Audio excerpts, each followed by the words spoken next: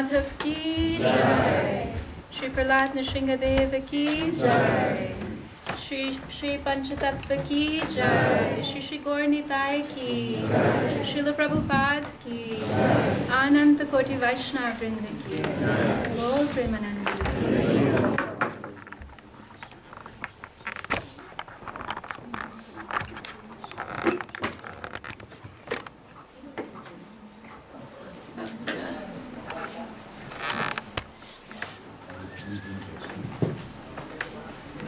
Hare Krishna, thank you all for coming this evening, and thank you for giving me the opportunity to share something with you. I feel very blessed and fortunate that from my childhood I've had the opportunity to hear from and learn from many inspiring Vaishnavas and Vaishnavis, and I'm grateful that I can share with you some of that which has inspired me over the years. And I pray that something that I can share today might, by the grace of Srila Prabhupada and Shri Gaur Nitai, also bring some inspiration to you. So, our topic today is Samskaras. I give a class in Mayapur. My husband and I both teach at a school in Mayapur called Mayapur Academy. Mayapur Academy is an institute for Brahminical training. And many decades ago, Srila Prabhupada had expressed to our head pujari in Mayapur, His Grace Jananivas Prabhu, that he would like to see a school for training Brahmanas, a university that will train Brahmanas in Mayapur. And about 15 years ago, we were blessed with the opportunity to assist Jananivas Prabhu with manifesting that vision.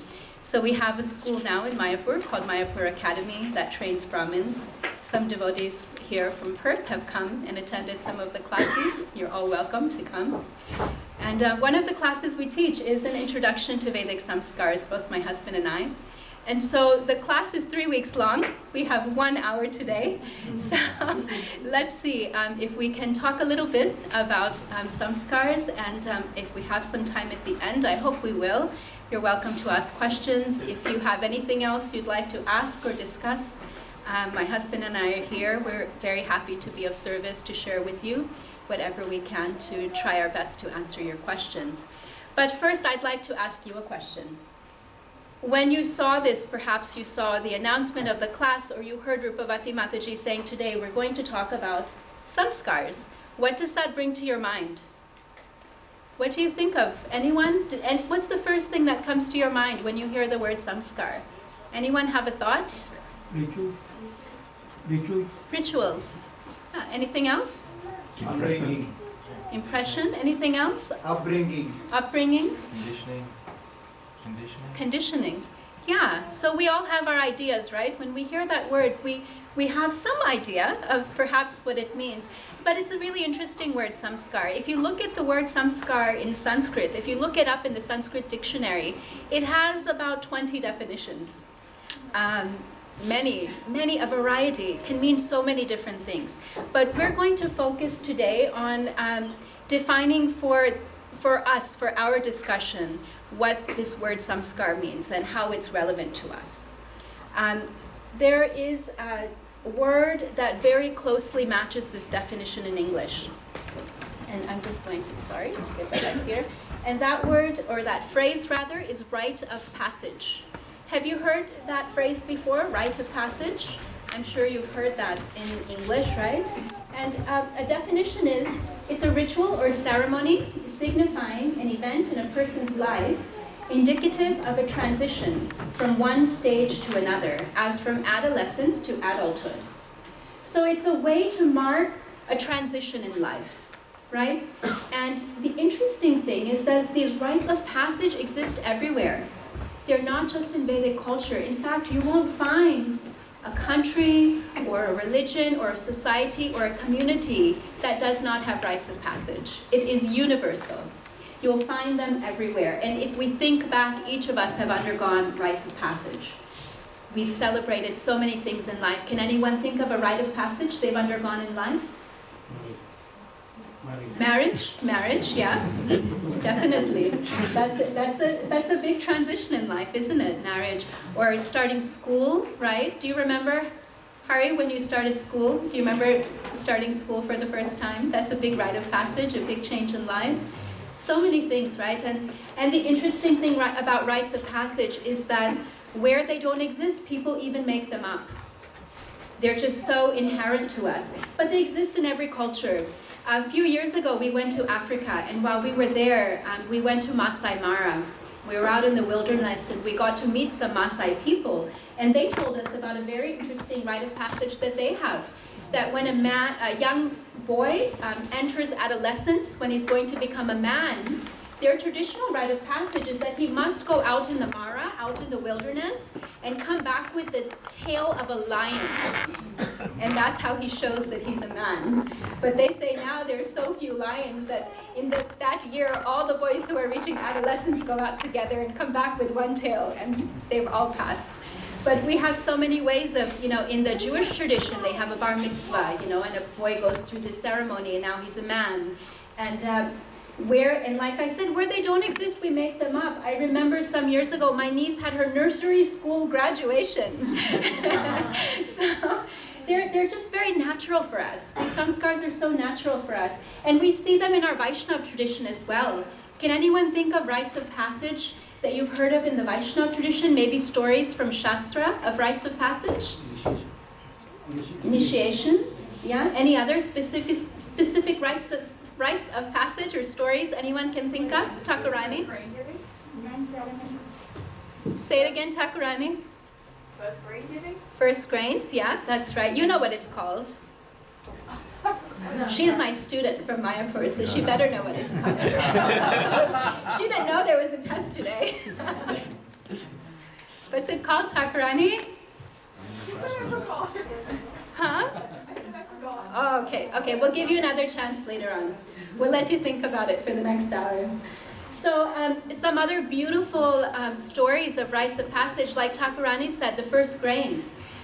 There's a story of Srila Bhaktisiddhanta Saraswati Thakur receiving grains for the first time, his Annaprashana ceremony.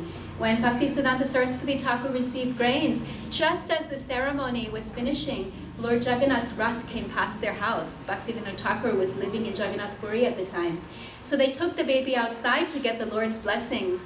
And just as they brought the baby in front of Lord Jagannath, the Lord's garland fell from his neck onto the baby. So beautiful.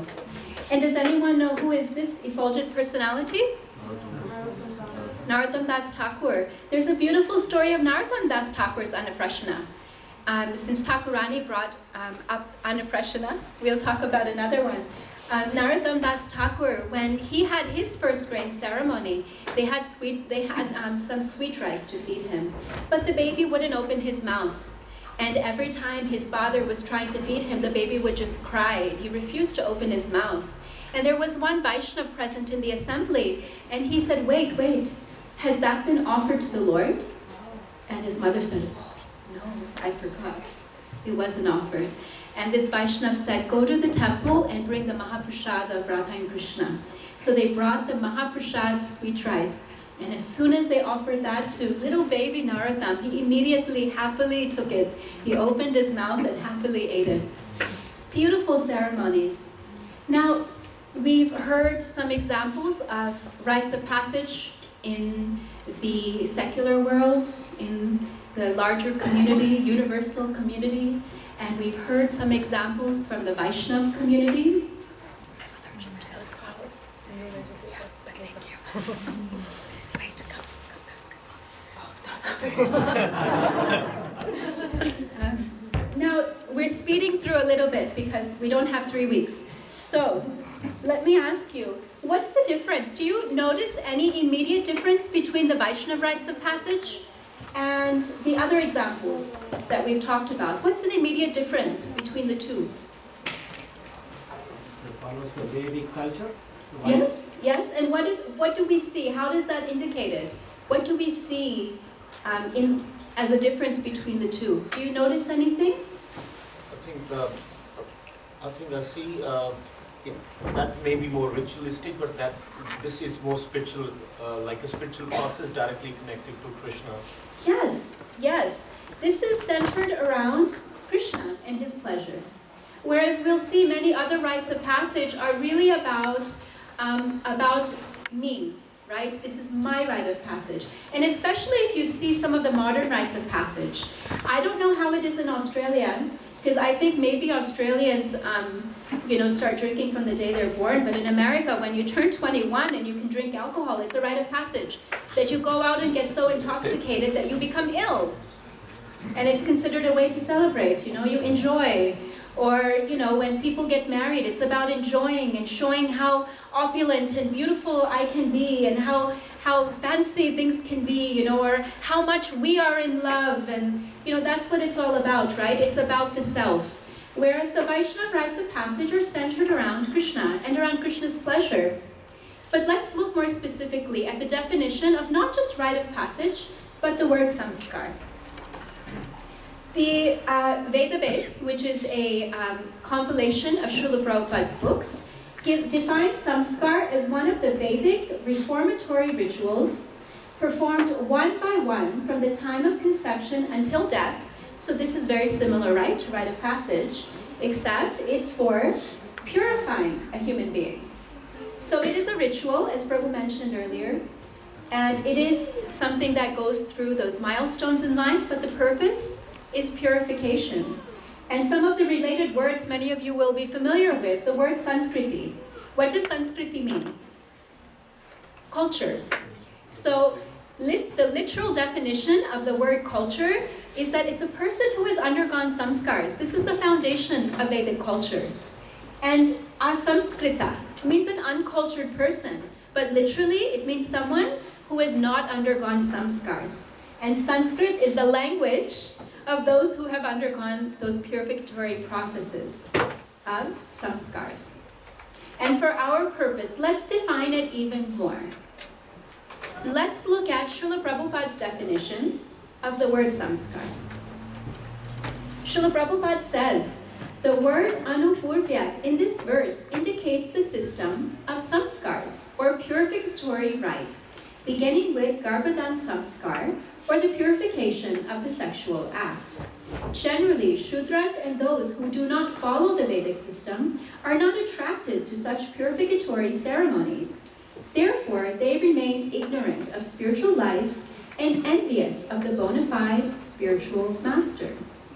Those whose character has been civilized by a systematic cleansing process give up the tendency to be argumentative and whimsical, and instead become submissive and eager to learn in the presence of a bona fide spiritual master. Doesn't that sound nice? Wouldn't that be wonderful if we could give up our tendency to be argumentative and whimsical and become submissive and eager to learn from the spiritual master? How wonderful that would be. How much simpler life would be. But this is really the purpose of these ceremonies. And if you read through Srila Prabhupada's books, any of them, Srimad Bhagavatam, Chaitanya Charitamrita, Bhagavad Gita, Srila Prabhupada, hundreds of times, he speaks about the importance of these samskars, of these purificatory processes to help a human being become prepared for spiritual life. Srila Prabhupada said when you perform these samskars, a child comes into this world saturated with a devotional attitude. A child is born with a brain that has been configured to take up Krishna consciousness, to understand Shastra. That's the real purpose of these samskars. And it's wonderful. All of us would love, I think, to be able to really become submissive and eager to learn in the presence of a bona fide spiritual master. It sounds wonderful. But how do we actually accomplish this, right? It sounds great, but how do we do it today? Here in Perth, WA, how do we accomplish this? One of the wonderful things about Krishna consciousness, something that I find to just be so special, is that everything is given to us. We don't have to speculate about anything. Everything from how to sleep, to how to wake up, to how to take a bath, to how to surrender to the spiritual master, how to become purified, everything is given to us. And in this particular case, we've received a very special gift from Lord Chaitanya. Because Lord Chaitanya, many years ago, he wrote a letter to Srila Rupa Goswami and Srila Sanatana Goswami when they were in Vrindavan. And in that letter, he also sent a message for Srila Gopal Bhatta Goswami, who is pictured here.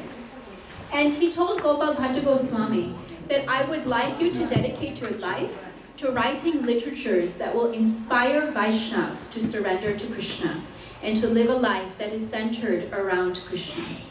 And to encourage Gopal Bhatta Goswami, he sent his own cloth and his own table, his own sitting table to Gopal Bhatta Goswami, which then Gopal Bhatta Goswami would use to write these literatures. And even today, if you go to Radha Raman temple, you can ask them to have darshan of that table. They still have that table that Gopal Bhatta Goswami used, which actually belonged to Lord Chaitanya. And Gopal Bhatta Goswami, on that instruction of Lord Chaitanya, he wrote this book. This book is called Sat Priya Saradipika. And Sat Priya Saradipika it's a really interesting book. The Goswamis wrote many literatures, but this particular book was written only for grihastas, only for family people, for householders. And I think just about everyone in this room falls into that category. So this is a book that Gopal Bhatta Goswami wrote just for us, for every single one of us who are going through this process of living life in a family. And within this book, Gopal Bhatta Goswami takes these practices of samskaras, which are nothing new. It's not that he created them or that he wrote them, because these samskaras have existed since time immemorial. We read in Srimad Bhagavatam about Vamanadev's samskars, when Vamanadev had his Upanayanam and how the demigods came and gave him so many gifts. We read about Lord Ramachandra's samskars. We read about Lord Krishna's samskars, his name-giving ceremony, which had to be done in secret in the cowshed in the Goshala, and how Gargamuni came and gave little baby Krishna and Balaram their names. So these samskars have existed eternally. But Gopal Bhatta Goswami, by that time, by the time of Lord Chaitanya, by the time of the Goswamis, these ceremonies had been somewhat diluted.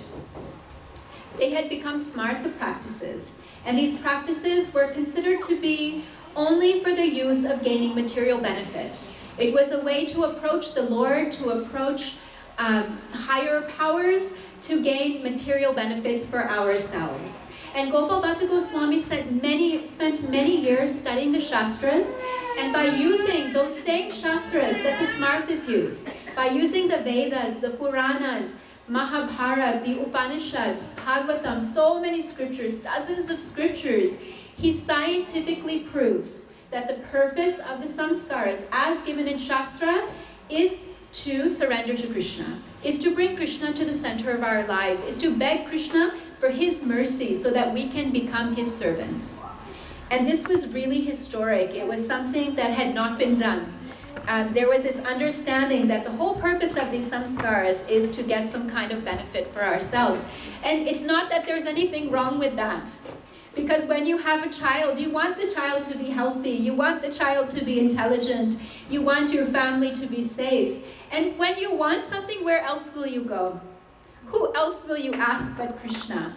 But along with that, just like when you have the birth ceremony, at the moment the child is born, the father is praying for the health of the child, for good intelligence. And then he says, in the ceremony written by Gopal Bhatta Goswami, let him attain the greatest intelligence, let him attain the greatest wealth, the intelligence of how to serve Krishna, the wealth of service to Krishna and the devotees.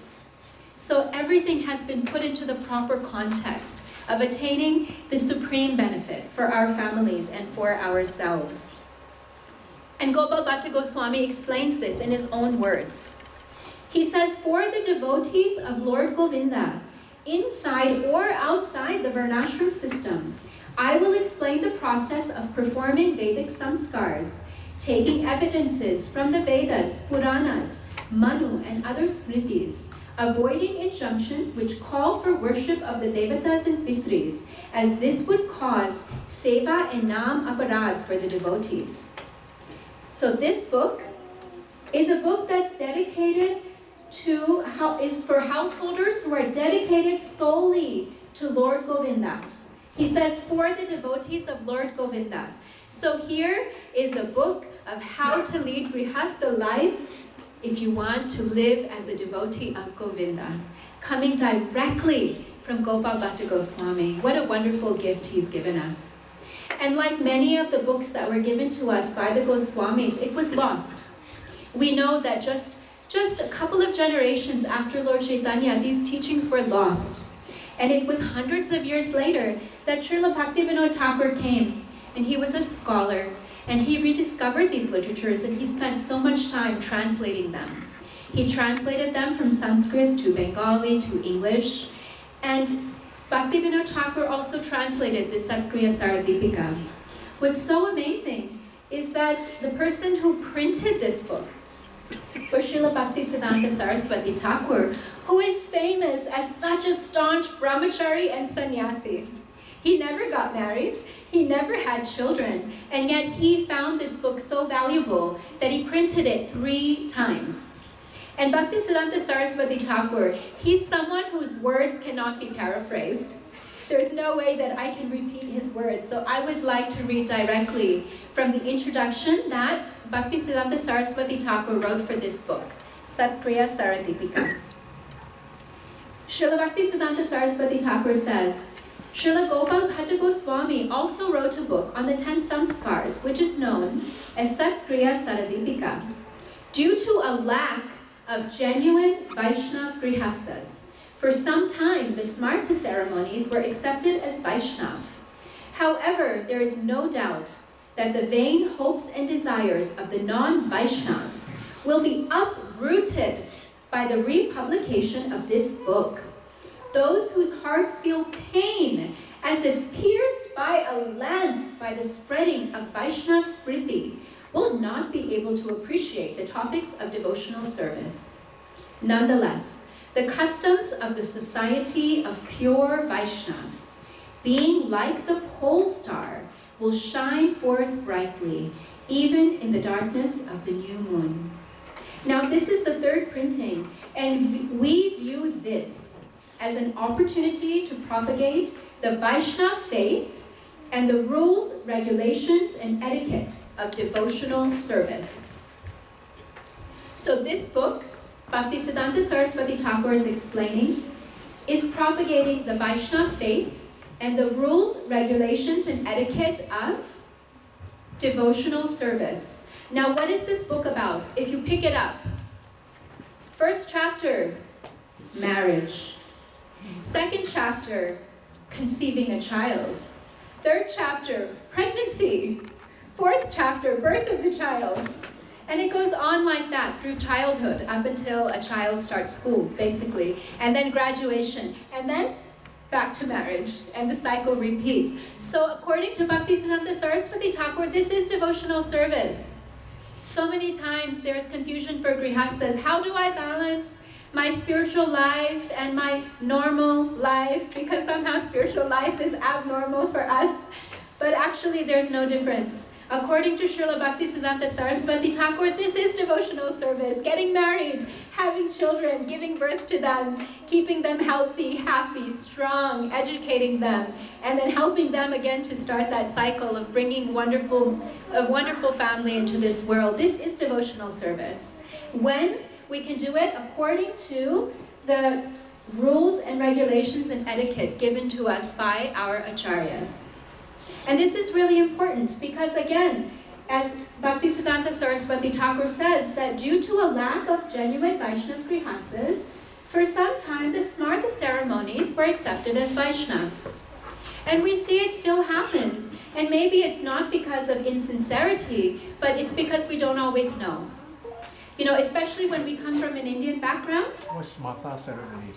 Smartha ceremonies, they were the same ceremonies as they were practiced in India, among even certain Vaishnav communities, but for the purpose of getting material benefit. So like the Smartha Brahmins, we read about in Chaitanya Charitamrita, who would say to the devotees, "Why are you chanting? Lord Vishnu is trying to sleep. It's Chaturmasya, don't chant so loudly, you wake him up." Things like that, right? It's ritualistic. But these samskars that are given to us by Gopal Bhatta Goswami, they are ceremonies. They are, we could call them rituals, but actually they are beautiful acts of devotion. You can see these samskars when they are presented in light of the instructions of our acharyas, almost like a packaging. Like if I was going to give someone a gift, if I wanted to give Jai Radha a gift, if I wanted to give her something really special, if I bought her a pair of diamond earrings, she's saying, oh, thank you. You should. I wouldn't put them in a paper bag and hand them to her, would I? No, I wouldn't, right? I wouldn't do that. How would I package them? If I wanted to give someone a really special gift, I would put them in a beautiful package. Maybe I'd find a beautiful velvet box, and I'd put them in that box very carefully, and I'd put that inside a beautiful bag with some nice paper or flower petals, and I'd present them to her in that way. But maybe, I wanted to give something simpler. Maybe I just made a little gift for someone. Maybe I just made a little, my daughter likes to make us beautiful gifts. Recently she made us beautiful little clay bowls. So it was a little clay bowl. So she wanted to give that to her great-grandmother. So it was a simple gift. So she just wrapped it in some tissue and gave that gift to everyone in the family. She gave one. And when you see the packaging, you can understand what will be inside, can't you? If you receive something wrapped in a piece of paper, you'll accept a simple, sweet gift. If you see something in a very fancy velvet box, you'll understand there's probably something very, very valuable inside. So in the same way, these samskars are like a packaging. They're an opportunity for us to offer to Krishna what we've been cultivating in our hearts. It's not that we perform a ceremony, chant 2-3 mantras, maybe light a fire in the yajna, and we are transformed. But it's a consciousness that we cultivate for days and weeks and months and years and maybe lifetimes. And the samskar is the package through which we can offer the contents of our heart to the Lord. We can offer our desires, we can offer our aspirations for the Lord and pray that He accepts them and He reciprocates as He feels is best. So it's very important that we know the difference between what's offered by our acharyas and what is a smart, the ceremony, or maybe even a cultural practice. What's been done in our family or in our village for generations. And there's nothing wrong with that. Those are all very nice cultural things. But there is a difference between the two. And His Holiness Kadamba Kanana Swami, he used to tell a beautiful story about this. It's the story of the cat in the basket. Are you familiar with that story? Harry, have you heard the story of the cat in the basket? So I'll tell you the story. Once there was a family, and they had a daughter, and it was time for the daughter to get married. So they spent a lot of time consulting with friends and relatives and other acquaintances and found a very nice match for her. And they spoke to the astrologer, they spoke to other people, everyone thought it was a good match. They went to the pandit, they set a nice muhurta for the marriage, they started preparing, everything was very nicely prepared and considered, and finally the day of the marriage came. They set up a beautiful mandap with beautiful decorations. The bride was inside getting decorated beautifully by her friends. Everything is ready, the bride's mother is looking, yes, everything in place, everything is perfect. Oh, the groom's party is coming. You can hear the music. You can hear everyone coming. They're slowly making their way. She's looking to make sure everything's just right for them. And then she notices there's a cat sitting on the mandap. And she starts shooing away the cat. She's trying the cat won't leave. The cat is very happy sitting just where it is. And she can't get the cat to go. So she's looking around what to do. This is not auspicious.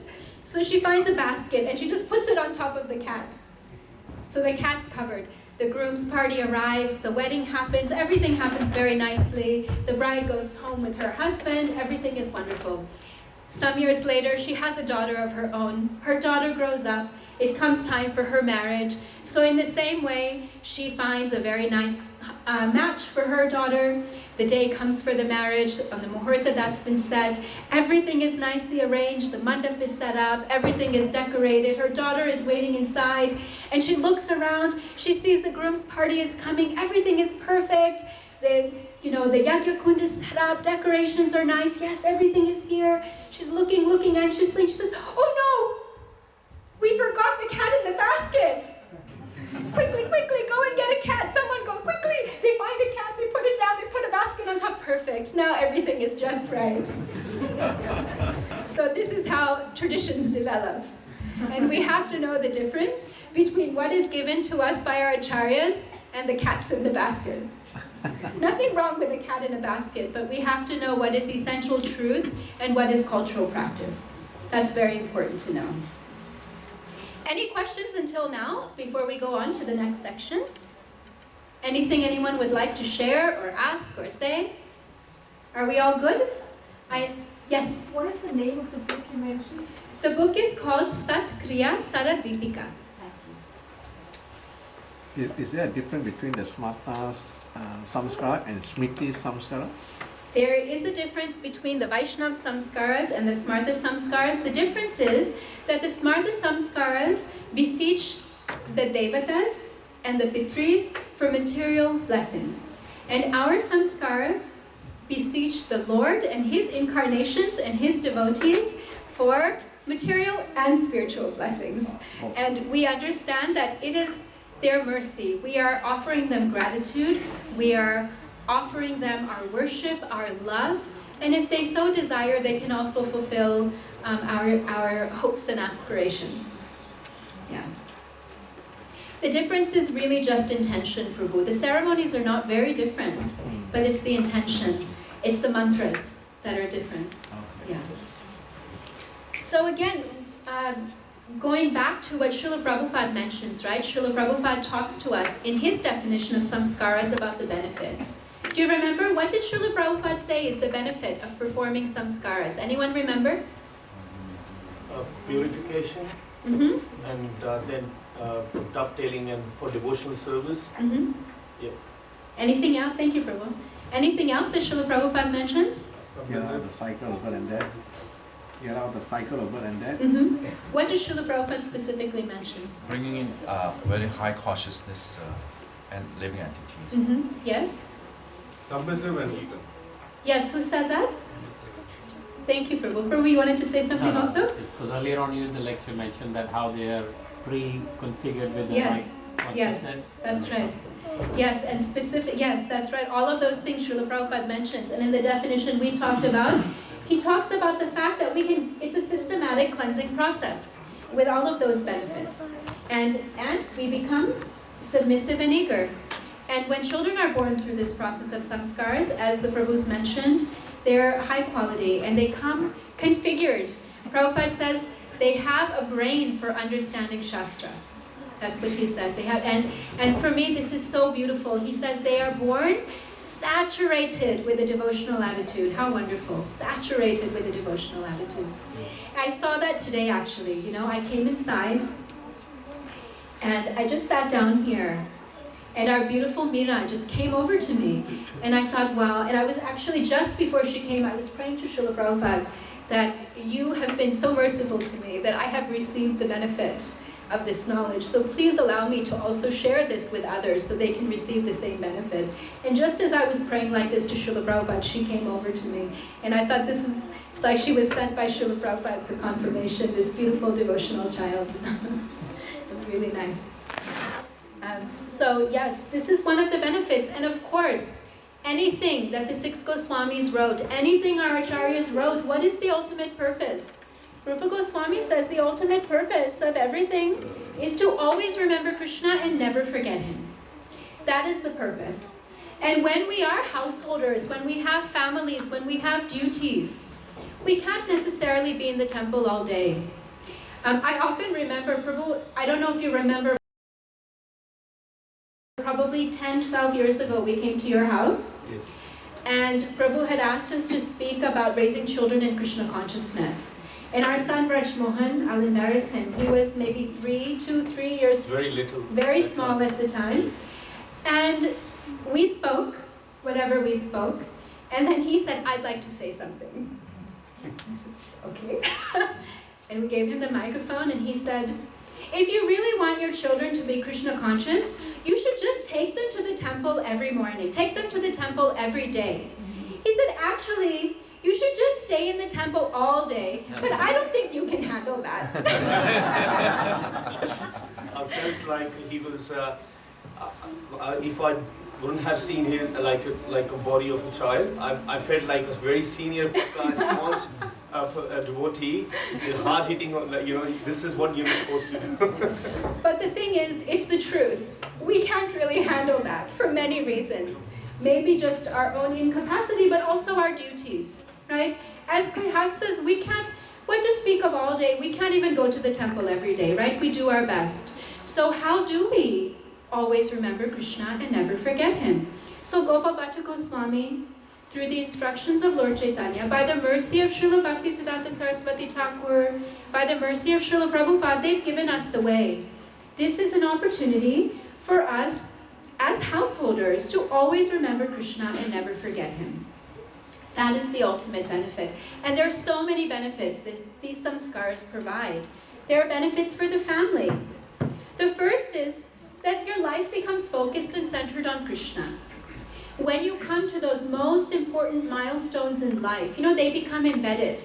We may forget so many things. Over the course of a marriage, how many years have you been married, Hema Krishna Prabhu? 40 years. It's you have to just stay outside, you'll be okay. I don't know how I say it. 40 years. So many years, right? It's hard to remember. 40-something years. How can you remember 40-something years? But you remember your wedding day, right? You remember the day you got married. I won't ask you the date, but you remember, you have a memory of that day, right? We all remember that day. Because it's a milestone, it's important, it's the beginning of something. So when that moment becomes centered around Krishna, you don't forget it. When you start that new phase of life, focusing on Krishna, how is this related to Krishna? How will I use this to serve Krishna? How is this beneficial to me as a devotee of Krishna?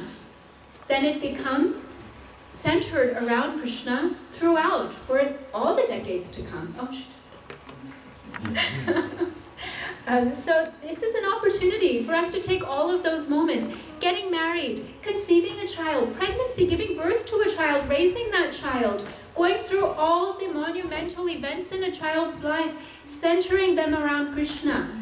So that when we go back to all those moments in life, and when we come to more crucial moments in life, we're always focused on Krishna as the center of them. And we learn to express gratitude to the Lord at every step. The child learns that when something wonderful happens in your life, when you accomplish something wonderful, celebration doesn't mean that everyone comes together and glorifies me. That's also important. But what it means is I get the opportunity to offer my gratitude to Krishna and to his devotees. That's what a child learns, that if I've accomplished something in life, it's by Krishna's mercy. So now I get the opportunity to thank Krishna for bringing me to this point. And hand in hand with that gratitude, you develop a service attitude. How do you celebrate? You bring everyone together and you feed them lots of nice prasad. You create a beautiful atmosphere for them. You create something memorable that has an impact on the heart. You welcome them with warm words. You give them gifts. You have kirtan. You have something that will remind them of Krishna, that will inspire them. And ultimately, all of that, when we're doing it together, it establishes strong connections with the community. Because we're bringing everyone together to do this. And those strong connections, again, they're centered on Krishna. As I said before, this is something we will do anyway, right? We want to celebrate those momentous occasions, but now we're bringing the whole community together. We're all coming together to celebrate these special events in our life. And through that, we receive tremendous blessings. When we are offering our gratitude to Krishna, when we are receiving Krishna's blessings. When we're following the process to do that our acharyas have given us, when we're sincerely endeavoring the best that we can in our situation to follow those instructions, we're receiving the blessings of the acharyas. When we're calling all the Vaishnavas together, calling our family and friends together, greeting them warmly, creating that nice atmosphere, feeding them prasadam, giving them gifts, naturally their hearts open up. And that's how blessings come. Blessings don't come because we demand them, right?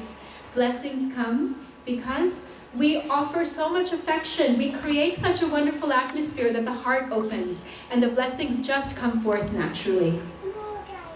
And I'd like to share something with you. At, again, Braj Mohan's Annaprashna, when he was a baby, His Holiness Radhanath Swami he spoke something beautiful that I think really highlights the value of the samskar. So with your permission, I'd like to share it with you. How to help a child to become Krishna conscious. For a human being to become Krishna conscious in this material world, it requires immense blessings. Blessings of Vaishnavas, and especially the blessings of the Supreme Personality of Godhead, which come through the Vaishnavas. So at every step, there are samskaras, there are mantras, there are purificatory practices, and most of all, there is an intent to invoke the Lord through His names, through specific rituals for that purpose at that time, and to bring saintly people together on that occasion to offer their prayers and blessings for that child. And yes, those blessings give the strength to help that special being to overcome the obstacles of Maya and reach the lotus feet of the Lord. That's the greatest benefit. That ultimately just these simple practices for us simple householders can take us to Krishna's lotus feet, because they allow us to really live our life with the intention of giving everything that we are developing, that we are nurturing as a family to Krishna and to our acharyas. And similarly, for the community at large, there are so many blessings. The first thing, as we spoke about earlier, rites of passage are a natural part of every society. You will celebrate a marriage. Anything else that happens, you may or may not have a celebration, but a marriage you will celebrate. When you have a child, you will celebrate. Even a child's birthday, you will celebrate. Whenever these things happen in life, it is just human nature to celebrate. So either we'll celebrate by having a party, or we'll celebrate by bringing everyone together and having fun, but offering that to Krishna at the same time. We will offer gratitude to Krishna, we will offer service, and we will have a wonderful time together in a beautiful Krishna conscious atmosphere. And it really establishes a sense of community, because these are intimate moments in life. And when we are coming to these points of life that are so important to us, we're calling everyone together. Rather than just meditating on those moments or recognizing those moments alone, we're bringing the whole community together as a part of our intimate inner circle who's witnessing those things. They are witnessing and they are offering blessings and they are becoming a part of our family in that sense. And let's just be honest, it's a lot of fun. We all like an opportunity to dress up nicely and get together and enjoy ourselves. Now, why not do that with Krishna in the center? Why not have all of the benefits that we can have? We can still do what we will do anyway, but we can do it as an offering to Krishna. And this is how our acharyas are so merciful and so kind. They know we want to have fun. They know we want to have a party. They have your fun, but offer it to Krishna. It's so wonderful. It's such a wonderful, beautiful, joyous process. And it also creates deep bonds that are centered around Krishna. You have, just like I see that there are people in my life who were there for my marriage. They were there when we had, going through pregnancy. They were there for the birth of our children. They were there for their samskaras when they were babies. And as the children have grown up, they've been for their many samskaras when our son got his upanayanam, started studying. So many things, they've been there through everything. And I see that they feel a sense of responsibility for our children because they've been with them through every step. They've watched them come into this world and they've watched them progress. And I see they take just as much pride in their progress as we do as parents. And similarly, when children receive so much love and affection they also have a burden of love to carry. They are not only responsible to their parents for their behavior, they're responsible to every single person who has been present to support them throughout their life. Just like when someone gets married, when you attend that marriage, you are a witness. You're not just a guest, you're a witness to the vows they're taking. And when they struggle, then you have a responsibility to help them, to maintain those vows. You have a responsibility to encourage them, to support them. And that's how we create these beautiful bonds, when we're there for each other together and centered around service to Krishna. I've seen it, with our samskaras for our children. Like when going back to Raj Mohan's Anaprashana, when we had his Anaprashana, I wanted to, it's really wonderful actually in our Shastras, the whole process is even given of how to create a beautiful atmosphere, how to even give an invitation, how to welcome a guest when they arrive, how to decorate, how to make a menu, how to serve prasad, how to offer gifts, everything is given. So I thought, gifts, have you ever had the experience that you go somewhere and someone gives you a gift and you think, what do I do with this now? I don't know what to do, right? So I thought I'd like to give a gift that's something like, that won't become a burden. So I thought some nice prasad, some really beautiful, exquisite, special prasad would be nice. And Prem Nitai Prabhu, Nitai Prem Prabhu, Prem Nitai Prabhu, I'm sure. Every time we talk to Prem Nitai Prabhu, I say Nitai Prem, Prem Nitai Prabhu, because we have two of them in our lives with very similar names. There's a wonderful devotee in Mayapur named Prem Nitai Prabhu, and his service for many decades is to make the sweets for Radha Madhav.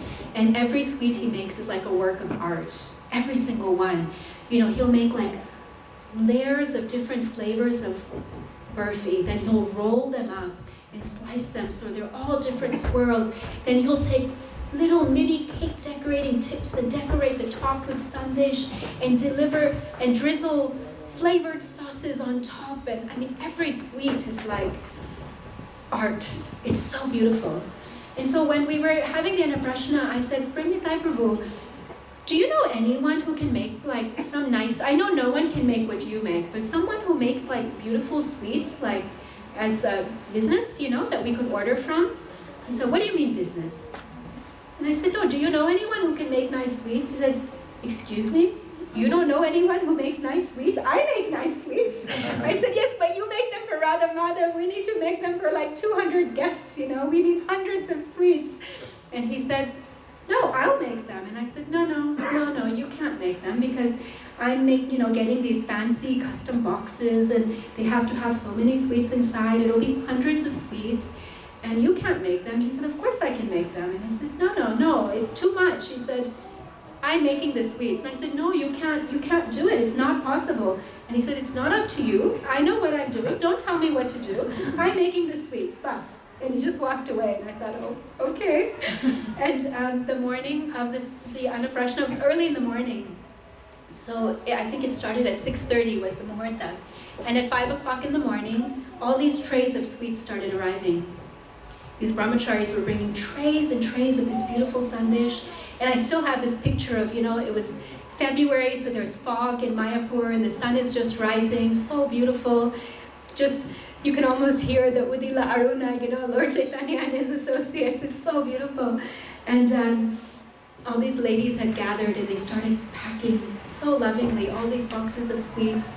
And I was looking and thinking, wow, just see what Lord Chaitanya has given us. Some of these ladies I didn't even really know very well until then. But we'd invited them because they're members of the community, and with so much affection, they were putting these gifts together for the guests. And then during the ceremony, I noticed Prem Nitai Prabhu's not there. So I asked Baliraj Prabhu, who many of you know, and I said, Baliraj Prabhu, where is Prem Nitai Prabhu? They're partners in the kitchen. And he said, Prem Nitai, he hasn't slept for 2 days. He's been in the kitchen for 36 hours making sweets, and he just now finished making Radha Madhav sweets, and now he's gone to sleep. 36 hours in the kitchen. And even now when I think of it, it brings tears to my eyes. And so then he was a brahmachari, then later he got married. And so naturally, then when they had their son, when they were expecting their child, we did all the samskaras during the pregnancy, we did them at our home. And then the final exam for our students in Samskaras is that they actually organize a samskar for a family in the community. So that was the first time we did it, was for Premnitai Prabhu's son. So it was so rewarding to be able to offer that back to them, to arrange all of the decorations and the location and invite the guests on their behalf, and the menu and the cooking and the gifts. And it was so satisfying. And these are the beautiful bonds that are created around these ceremonies, when we all come together to support each other and offer love and affection and service to each other, and accept love and affection and service as well. And ultimately, it's allowing for those 6 loving exchanges that Rupa Goswami says are so important among devotees. This is here in Perth. I had to bring in something from Perth. Our lovely Perth devotees who are so expert at this exchange of accepting and offering prasadam. I think Perth devotees are really expert in this. But within these samskars, we have all of the 6 loving exchanges, because we're offering gifts and we're receiving gifts, and we are inviting our community into a very intimate part of our life. And we are also taking part in these intimate events in the life of other devotees, and we're accepting and offering prasad. We're having all of those 6 loving exchanges together. And it's such a beautiful opportunity to come together we will come together anyway. We will celebrate anyway. But why not do it with Krishna in the center? Why not have fun that includes offering service and gratitude to Krishna and to each other? And then there's the benefit for society at large. As Hema Krishna Prabhu mentioned, it's an opportunity to bring a great soul into this world. It's an opportunity to bring a soul into this world who's saturated with a devotional attitude. It's an opportunity to bring someone into this world who's coming with a mission, who's coming here to help bring the love of Krishna to others, in whatever way it may be. There's so many great souls waiting to take birth, waiting to come back to this world, but we have to invite them. We have to invite them. We have to give them a place to come. We have to give them an opportunity to come into a family that's waiting, that's ready to serve them in that way. And we can do that again. We can show our intention to Krishna that we are ready to do that service through these samskars. The samskars are just an opportunity to say to the Lord, I'm ready to offer myself in this service to you. And ultimately, those happy, healthy Vaishnava families are a foundation upon which we can create social revolution. Srila Prabhupada says this. Srila Prabhupada says that when the parents engage their minds in the lotus feet of the Lord, and in such a state the child is born, naturally good devotee children come. When the society is full of such good population, there is no trouble from demoniac mentalities. Because when the percentage of pure souls is higher than the percentage of impure souls, then naturally society benefits. Naturally, the whole atmosphere will change. The whole atmosphere will become elevated. And this is really social revolution. I remember when we first got married, we were, by some very strange set of events, we were asked to take over the management of a very large ISKCON project. And we were young, newly married, and it was a very intense service. And His Holiness Radha Swami, I think seeing that it was a lot for us, he very kindly invited us to spend some private time with him. I think he knew that we needed that encouragement. And so I have this very clear vision still, 18 years ago, of we were standing in the kitchen of His Holiness Radha Swami's father's house. And I was doing something at the counter, and Marge was just standing there keeping me company, and my husband was sitting at the table on the computer doing some service. And Marge said, so tell me, what is your schedule? What do you do every day? And my husband laughed, and he said, our schedule, he said, we get up in the morning, we go to the temple, make sure someone is there waking up the deities, make sure someone has made the offering, make sure that the Mangal Arti happens, and then try to chant japa while devotees come to complain about each other to us, and then make sure that the deities are getting dressed, make sure darshanarati happens, Bhagavatam, and so on and so on. And he said then we get back home 10, 11 at night, we fall into bed, we get up the next day and we do it all over again. That is our schedule. And Maharaj said, yes, yes. He said, this movement was built on the backs of grihasthas who gave everything to devotional service. He said, everything that we have, we owe to those grihasthas. Everything we have. Temples, deities, books, festivals, association, everything was by the mercy of those grihasthas who in the early days gave everything to building ISKCON for us. He said, but if we really study it, how many of those grihasthas are married to each other anymore? He said, how many of them are even devotees anymore? He said, if you want to really give something to Srila Prabhupada in the present, then yes, throw yourself into the fire of devotional service and you will accomplish so much right now. He said, but if you would like to give something to Srila Prabhupada for the future, first be exemplary grihasthas. He said, because when people look at our society from the outside in, it's very difficult to understand how we can say we have the highest philosophy if we don't know how to keep a family together, if we don't know how to raise happy, healthy children. He said, this is what people want. The world is not looking for renunciation. They're not even looking for God consciousness, but everybody wants a good marriage and good children. He said, if we can have a foundation of happy, healthy, Krishna-conscious families, we will create social revolution. Everyone will want to know the secret. And this is really what these samskaras are about. They're about creating, it's the same thing that Bhaktisiddhanta Saraswati Thakur says. He says, when grihasthas practice these rules and regulations of devotional service through these samskaras, that is when we will spread the light of bhakti. He says that is when the bright light of devotion will shine forth, even in the darkness of the new moon. So this is really the benefit, this is the blessing, the benediction that we receive through these samskaras. It is 6 o'clock, so I was hoping we might have time to talk more specifically about the samskaras, but we'll save that for another day.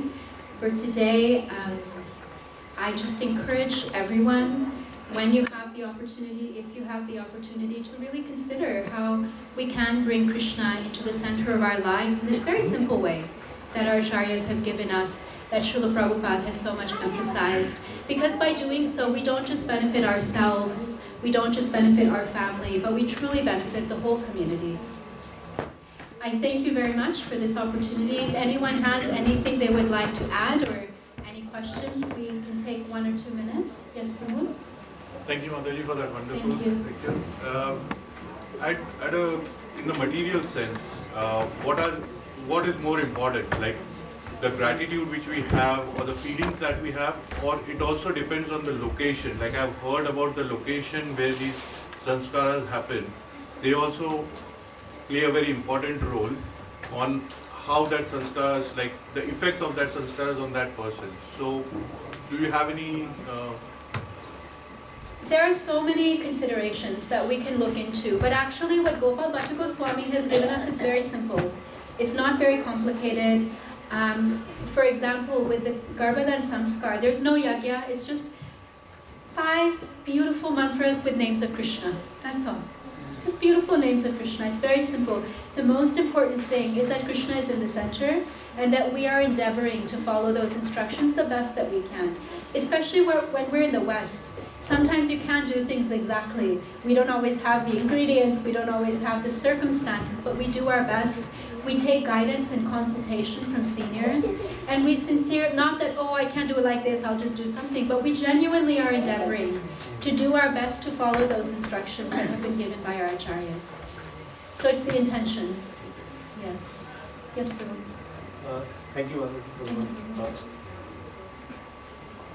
I was just wanting to understand, in our society, we're coming from various backgrounds, we have different rituals from our family practices, and and also mechanical processes, which I never understood why they're doing the way they are doing. Now, the difference I want to understand, and I just want to understand if I'm able to connect to that family practices back home, and at all they make any sense to me. So, like the missing connection, you mentioned that there is a book which talks about the in material sense tracing thread to devatas, and then we get some material benefits. So a layman, a material person, he will endeavor for that. On the contrary, what you told in this book, it's all about purification and how to dovetail our consciousness for devotional service. So some of the rituals which I see back home are all exactly the same, no difference.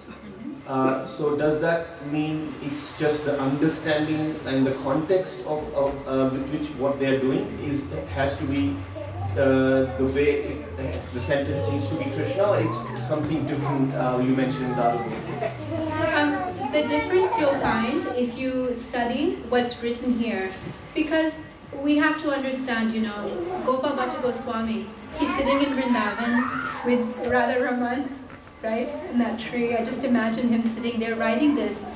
Every word has consequence. Every word is deeply considered. So the difference, we really see the difference when we study the mantras. Like when you look at the marriage ceremony, we go to a marriage, we sit, we kind of, go eat snacks or we chit-chat or whatever. But even for those getting married, sometimes they're more worried about, like, is my lipstick okay? Is my hair all right? But if we really study the mantras, it's amazing. It's a complete blueprint of how to live successful marriage life. And their vows are serious. And if we study them, if we really focus on them, we can understand that there is such an intention, there is such a deep purpose, meaning, thoughtfulness, heart, love, devotion present. So that's the difference. The difference is in what is in the mantras. The difference is in the actual mantras that are given by Gopal Bhatta Goswami. And there's nothing wrong with those family practices. We may do them, as you said, out of habit. We may do them to please our elders. And we can do that, but we just have to be clear about why we're doing them and the purpose of them. And that's also necessary. We also have our responsibilities as children, as grandchildren, to serve and please our elders. But then we also have our spiritual duty that we do maybe more for ourselves and for Krishna's pleasure. So we can do both. There's no harm, even if the others, if we must do them for the family, then if it's possible, then we, sometimes the family will understand that, oh, would it be okay if we do this? We can also inspire them and encourage them and help them to see how this is a beautiful way to offer it to Krishna. If they prefer, no, but this is what we do, we must have our cat in the basket, then you say, Krishna, I hope you're pleased with the fact that I'm trying to be a good son or a good daughter. Please accept that service because you've given me this role in this life as well, and I'll try to do it the best that I can as your representative. Because we are also representing Srila Prabhupada, we're representing our Guru Parampara, and in that light we should be respectful and loving and compassionate to all of those who are in our lives. Thank you so much, Mataji. Just a quick one. You mentioned about the community as large. So is that the Vaishnava community you're talking about? No, I'm talking about the world. Inclusive. So Yes. it's inclusive. Okay. The society at large, Okay. absolutely. Thank you. Yeah, thank you, Prabhu. Hare Krishna. Anything else? Yes, Prabhu. Hare Krishna, Mataji. Hare Krishna. So Mataji, I've read somewhere, and it was one of the books, I think Srimad Bhagavatam, where it talked about samskaras. And I hope I could give you some more reference, which I can't remember now. I read that a while ago. And it was saying the real samskara is to bring oneself to the point of understanding that we are not the body, we are the soul. So how does that samskara is different to what we are talking about? Or is that the outcome of... That's right. Yes. I mean, if you look at the larger cycle, we follow the samskaras. A child is raised through those samskaras, is married through these samskaras, enters grihastha life with the understanding, this is my service in this life to Krishna, and then has a child with the intention of bringing someone into this world who is coming for that purpose, who is coming for the purpose of God consciousness for themselves and for others. When you live life in that way, then we will ultimately come to understand who we are. Because it's very difficult, you know. I remember as a child once hearing Varshana Swami give a class, and it stuck with me. I was probably 7, 8 years old, and he said it, and he had never been married. So he said, you know, it's fascinating. People, they get married, and then they have children, and they become like little Lord Brahmas. They like create their own universe, and then they start populating that universe. It's amazing. And I was thinking, yeah, wow, that must be hard to not think of yourself as Lord Brahma when you are actually creating a universe and populating it. Right? We each have our own little universe we're populating. So this is an opportunity. And in that role, it's difficult to sometimes, it was difficult for Lord Brahma, right? And it's difficult for each of us sometimes to remember that I'm not the controller here. The purpose here is not just for me to enjoy.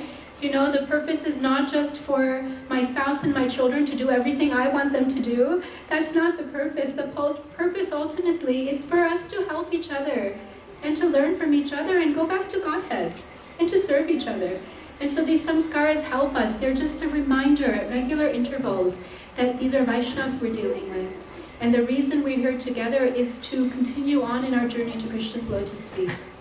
Thank you. Thank you, Praveen. Mataji? Mataji?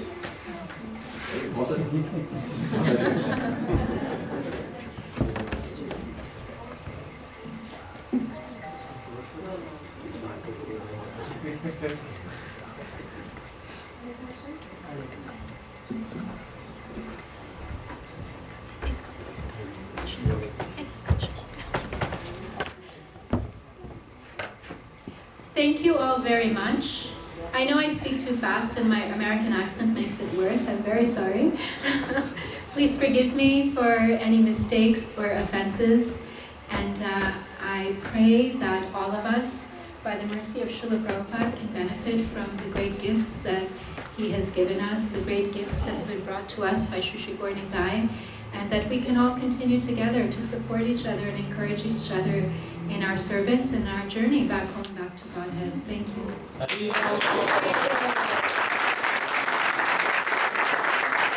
Radha Sundari Mataji. Thank you so much, Mataji.